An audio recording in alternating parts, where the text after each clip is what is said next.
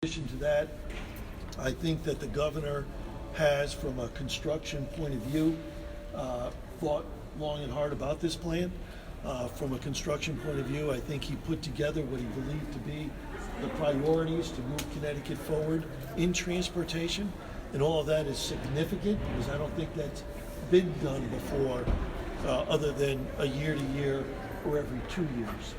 So having the ability to have a 10-year plan, I think, is very fortuitous, and I know they worked very hard on that, and I commend them for it. I think the things that they have raised for choke points here in the state of Connecticut, the issues regarding rail, the issues regarding the bridges that need to be repaired, is also another big plus of this report, and something I think, at least from the Senate Republican side, we could agree that that is something that makes sense.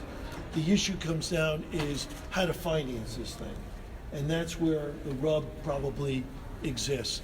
I have gone through his toll numbers. I've asked for backup from the Smith report that they speak of. We noticed that since July, another $1.1 million went to Smith for additional work. So we've asked for those backups to figure out how do you determine your toll, particularly what the credit is given for one-way drivers. That is, people who cross the bridge and come back, we're not going to charge for the comeback. Those numbers change from plan to plan, so we want to take a look at that. So it's very difficult. We're still looking at the numbers, but what's very difficult is the trust in government. That is an extraordinarily huge hurdle to get over. How do you trust that these tolls are going to come down? How do you trust that the tolls are not going to go up when fiscal problems face the state in the future, and not necessarily this administration and not necessarily this legislature, but those in the future. Now, my understanding is there's a contract between the provider or the caretaker of the tolls, however you title that individual, and the state. And the argument is you can't change that contract. The legal principle behind that is called impairment of contract in the Constitution. The government makes a deal with somebody, they can't come in and negate that deal by the legislature. That's impairing the contract. So therefore, what the provider who's taking care of the tolls is protected is we can't take the tolls down earlier than whatever was in that contract, nor can we reduce the fees that we put in for the tolls.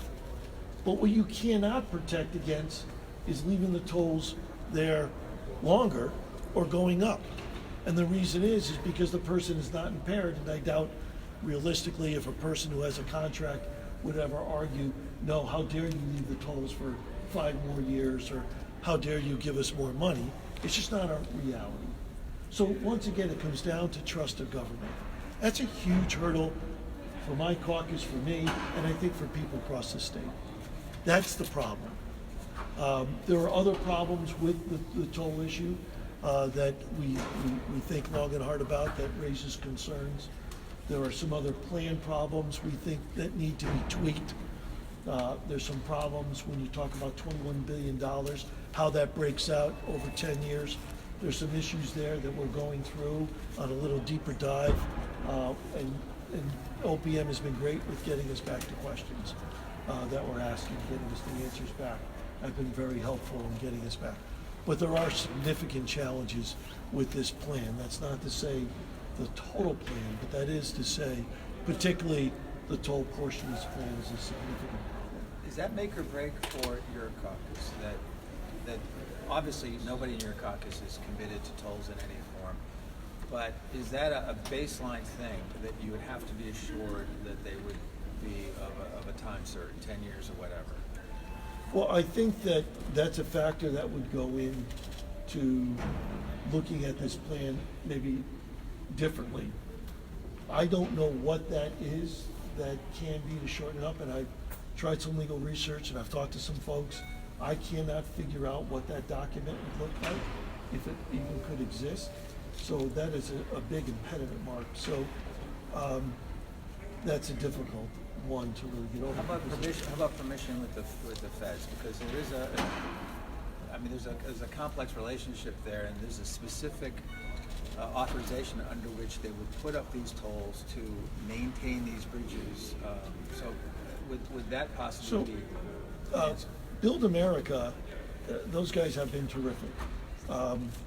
As was reported, Ryan and I both went to Washington and meet with those folks, and Build America was around the table, and they've been very good. I've called, I've emailed them, they've gotten back to me in a couple hours. So a couple of questions we have asked them, particularly when we were down there, and in emails, are this whole value tolling things. The federal government does not care what your tolling economic structure looks like, as long as these criteria exist. One, you cannot constitutionally be such a disparity between in-state and out-of-state that it violates the Constitution. That's number one. Number two, the price cannot be under this economic plan where it hurts certain folks around that area. But the third issue is they really don't care. Other than that money's being used for construction, they have no care what that looks like. So I think that even if it was in the bonding agreement, it's not like a bond covenant that the investors invest in. It would be something different. This agreement with the federal government just says, if you put up tolls, all the money's going to be going for infrastructure that we approved. These are the that's how you're going to use the money. They approved this toll rate. But if that toll rate goes up, I'm not sure there's a firewall that the federal government can say you can't do that. But what I was asking about though is once the loans are paid off for those projects that are supported by tolls, what is the federal position on whether or not you can then leave those tolls up? So the federal position is, if you apply for another program, you can. So if you look at the toll issue, if the debt's 27 years, we know that. We know that the toll's useful life is 10 years. We know that. And you know you can only finance toll structures for 10 years, because that's in the Smith report that we got. So every 10 years, you got to put a new toll structure up. If the last pull down is, or the period of pull down is 28, 29, and 30, and it's a 27-year debt, you have the tolls till 2057, minimum. So at 2057, I could see the argument being made, Mark, going back to the federal government and saying, look, those bridges are 20 years old, they're 30 years old. We have to resurface them, repaint them, this, that, and the other thing. And I would suggest you want to use RIF, or I should say TIFIA money, because it's a 2% versus 5% bond. So I think that's the reason why I would suggest these tolls will stay up forever. Excuse me, 27 years would be 2040. Is that what you meant? Well, no, because your last pull down is in 2030. It's a 10-year plan. okay. So your last pull down is in 2028, 2029, and 2030 of the last. So that's got to be paid back over 27 But years. essentially what you said here from a legal perspective, that any argument about the tolls have to come down because of this contract is baloney. Well, for a contract, yes, but for the federal government, if the loans are all paid back, you don't borrow another dime after 2030, I guess conceivably those tolls would have to come down unless you leave it for maintenance. Which is what Rhode Island does. Yeah, I Because those don't- tolls, but their tolls do not come down once that bridge project is paid. Because of maintenance and. Then it yeah. goes to roads. Do you think that you are on the same page with your Republican colleagues in the House when it comes to tolls? You know, I have not had I know where the minority leader, Clarence, has been on tolls, which is just no, you know. I probably deviate a little bit by saying, listen, I think you have to understand the plan, you have to read the plan. I think you have an obligation to the governor, sits in the chair out of respect, to not say no, but to review the plan, take it in, find concerns, raise those concerns with the administration, and have a dialogue. It's tough to have a dialogue if you're just at one particular point. Look, so I would say. But as of this moment- there's no numbers though in this plan, no matter how you slice or dice them, that is going to restore trust in government. So Restoring trust in government is just a historic problem, and that, at least in my tenure here, has raised its head a number of times. And with all due respect to this administration, the first thing they did was move the car sales tax out. So it goes to the conveyance tax, which is only going to be a 2-year tax, right? that was 15 years ago or something like that. And it doesn't matter administration. It's not a Republican Democrat administration. It's a function of government. And I think that the lack of trust goes way back when. There's no numbers that's going to solve that. But as we stand here, no one in your caucus or you, nobody is on board with this plan as we stand Well, here? you know, my guys just got the plan on Thursday. I felt it was important that if the governor who asked to address my caucus, that he should have that ability. One, he's the governor. Number two, I want him to be able to give my caucus the best, and I don't mean this disrespectful, spin on the plan that he could, because it's his plan and he should give it the way he wants to give it. My guys digested it. I haven't talked to all of my guys since that meeting, and that's where we are. So I've not called them up and say, where are you? My instinct tells me they are not happy with tolls, and would not support it, but that's an instinct with But them. what you're saying, Senator, correct me if I'm wrong, is that the issue is trust in government over whether or not the tolls would be removed at the end of a certain period. And then you're saying, but we know there's no way to guarantee that. That's correct. There's no way to guarantee that the tolls are going to be removed, period. There's just no way. So if they came clean and said that, would you vote for tolls? No, I know that empirically, and I would say that I just know that to be the case. So I'm looking at the plan, that's certainly in my head. Well, then isn't And your you see, the position reason the why- same as Nemes's, that you won't vote for it because there's tolls in it? I mean, you're just willing to be a nice guy and listen to it. Well, I'm saying I want to, but I also think I have an obligation to figure out if I have a solution. And I think that my obligation is to find out if I have a solution. Do you? We are working on a solution. And, you know, whether it's budgets or other ideas in this building, I think that my caucus has always come forward with, in solutions. Paid family leave, we came up with a bill, so did the House. Republicans, I think all Republicans in this building, both chambers, believe they should try to figure out something. And we've looked at the numbers and we are working very hard to try to get to a solution that would not include tolls. I should put that in there as probably the first part of that. Yep. And that's what we're working on. So how long is that going to take? Well, thanks, Mark. You know, the problem is my ability to get numbers and number crunch. I don't have the staff OPM has. I have OFA, who've been terrific, but it's not like having your own staff there. So I don't want to put a time frame on it because I don't know. And then, but we are trying to. But you think it's doable?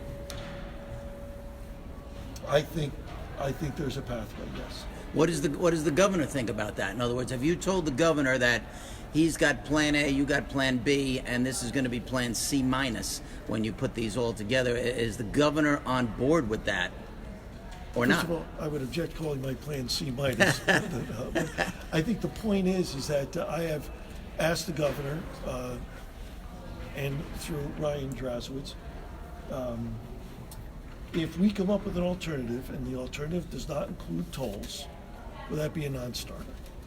And he said, no, let's have a conversation. I have nothing to show him, so I can't walk in and say, you know, would you accept my plan? I think it's up to us to figure out a plan and then meet with them and see what they feel about it. But have you identified another possible funding source? Would it be more debt, more borrowing? Would it be raising taxes? So I don't have a final plan, so I'll keep that kind of close What's to your my chest. initial thought? Pardon? Are you opposed to raising taxes completely? I don't think we have to raise additional, the plan that we are looking at now, from a 10,000 foot level, does not require additional fees to be placed on. It the would people's head. designate existing revenue streams to this cause. Sort of, So, Then you'd have to define money for whatever was taken away. if that was what we were doing. so your goal is if there is, say, a special session and there's a bill on the table, that your goal is to have a Republican amendment that would be an alternative? My goal would be, I think the administration has been very forthright with me in everything that they've done. I think I would never ambush them that way, if you would. I would certainly, if we came up with something that we believe made sense and solved the problem, I think I'd walk over and I'd sit down with Ryan and say, what do you think? Okay, but, well, every amendment doesn't have to be an ambush. You could, True. okay. But so, So you're unclear whether or not you would actually put it forward as an amendment. Well, if they did their toll plan, Yep. and we had a plan that didn't have tolls, I would think we'd run it as an amendment. To what If we had a extent? plan, I don't want to get too far ahead of me. To what extent do you feel the Republicans have shaped this plan? I mean, there's some language in there that he's talking about prioritizing, the existing, so there seem to be elements of what the Republicans were talking about. So address that. I think the Republicans have done a fantastic job. I think, we've gone from 80 tolls to 50 tolls to 14 tolls. So I think we've had a tremendous impact on this conversation. Prioritize Progress, which was, Prioritize Progress was put out 4 years ago. Had we followed Prioritize Progress 4 years ago, that the DOT commissioner then, Redeker, who I happen to like a lot, never read, according when he was in front of our committee, never read Prioritize Progress at all, which I thought was very unfair. But if we did Prioritize Progress back then, we would not be necessarily in the predicament we are now. And I like the fact that they recognize that it makes sense to use general obligation bonding to help them. And the reason why Prioritize Progress takes a little bit of a hit, and I understand it, Governor Lamont, and he's right on that point, says we can't borrow as much, we need to bring that down. And Prioritize Progress was, if you're gonna borrow all this money, let's not borrow it foolishly, let's borrow it for investment in the state. Now, if he's gonna lower that amount, lower that threshold, it does crunch our Prioritize Progress, and that's why we gotta think of something other than a full prioritization. If Do you if think you were to alter Democrats this- do you think Democrats can approve any kind of transportation funding plan that includes tolls without Republican votes, particularly in the Senate? I don't want to speak for them. I read some comments by Democratic legislators and leaders over the couple of weeks, and they seem reluctant, at least in the Senate. I can't speak to the House, to put it up unless the Republican votes. That's how I read their messages. I don't think they've been briefed yet as a caucus, but I might be wrong onto that. And maybe after they're briefed, they'll change their mind. So I don't really know the full answer, Paul. But it seems like they're not going to unless the Republican votes. What are your thoughts on the speaker yesterday basically saying, how could any legislator, Republican legislator in Fairfield County, not vote for this when you're going to improve Metro North, you're going to improve the roads that have been a disaster for decades? How could you, in his words, basically, how could you not vote for this? So I think the short answer is, look, if you live Stanford area or slightly south, you'll be paying 3 tolls on your way to New York. Or you're going to get everyone on the merit to pay 1 toll at some point. But so I think that's argument number 1. Argument number 2, there are 3 projects, I believe, that may go on at the same time. So I think there's some detriment to that area. So I don't think I appreciate the speaker trying to put pressure on those folks. I'm not sure that's an accurate accounting. But if you find an alternative revenue source within the existing budget to offset the cost of these 14 projects or a dozen projects or whatever project, you would have to also file an amendment to the state budget, because if you're taking half a dozen from here, you're going to have to replace it. If that's what we were doing, yes. Do you think this is something that can be adequately resolved in special session, or is this going to have to kick over to 2020? I think given the fact that we have the holidays coming up, I think it's very difficult. Hypothetically, if they wanted to put a bill on the table, I think it's very difficult to write this in the amount of time that's given. That's just the way that this building works. Look, we've got the hospital deal that still has to get drafted, and I know the deal's still being worked, and that's got to get drafted. That's a lot to ask of this building to get done before January 1st, in my view.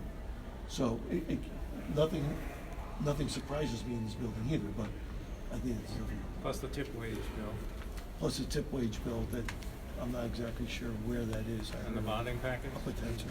I think the bonding has to wait for It's this, clear, yeah, he's not going to do one or the other. which I understand. And I don't think it's a hostage, but I understand. Thank you all, appreciate it. Hey,